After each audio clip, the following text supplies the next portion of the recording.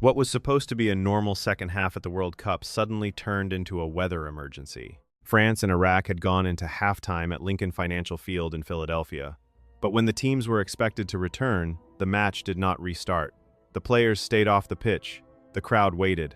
And then the reason became clear. Severe weather had forced the game into suspension. Torrential rain was falling. Lightning had been detected around the stadium. And under FIFA safety procedures, football had to stop. This was not a tactical delay. It was not a broadcast problem. It was a safety call in the middle of a World Cup group stage match with thousands of fans inside the venue and millions watching from home. As the storm moved over Philadelphia, one question took over. When could France versus Iraq actually continue?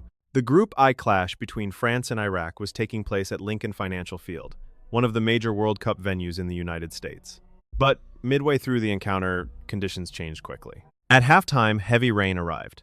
Lightning activity was reported near the stadium, and that immediately triggered the safety protocols. The second half, which should have started as normal, was delayed. The big screen showed a weather warning.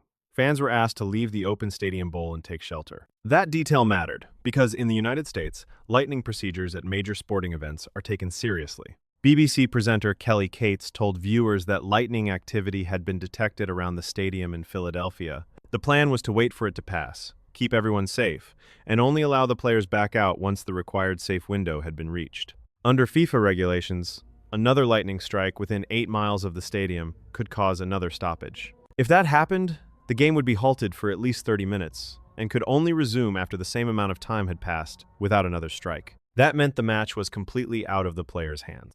France and Iraq could not simply restart because the rain eased. Officials had to follow the safety process. The storm, not the referee, was controlling the schedule. For the fans, it created a strange and tense scene.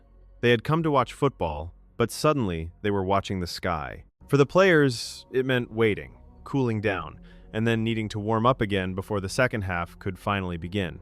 But the real drama was not only that the match had been delayed. The real drama was that nobody could know how long the delay would last. Because with lightning, one new strike can reset everything. France versus Iraq was not delayed before kickoff.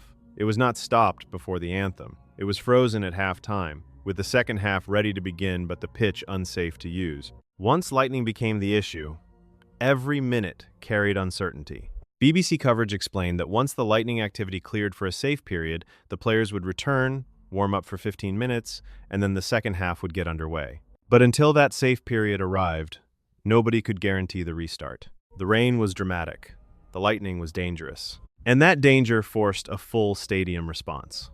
Fans told to move to shelter, players kept away from the pitch, and officials waiting for the storm to move on. This is the side of a major tournament nobody puts in the highlights. Teams can prepare for pressure, tactics, injuries, and hostile crowds. They can prepare for the speed of a World Cup group match. But they cannot control the weather. And when lightning appears around a packed stadium, football has to wait.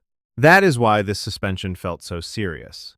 It was no longer about possession, chances, or momentum. It was about whether the conditions in Philadelphia would allow the match to continue safely.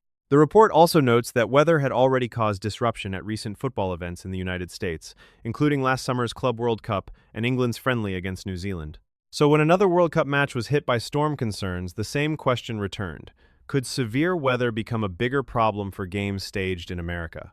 Despite the warning, BBC pictures still showed many spectators outside.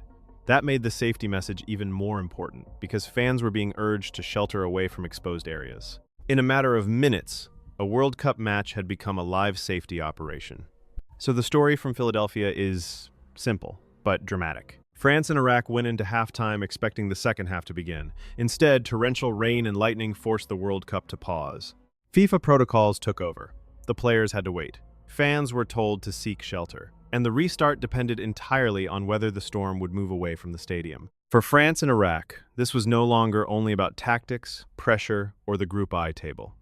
It became a test of patience, safety, and timing. And for World Cup organizers, it was another reminder that in a tournament staged across huge American venues, the biggest opponent on some nights may not be on the pitch at all.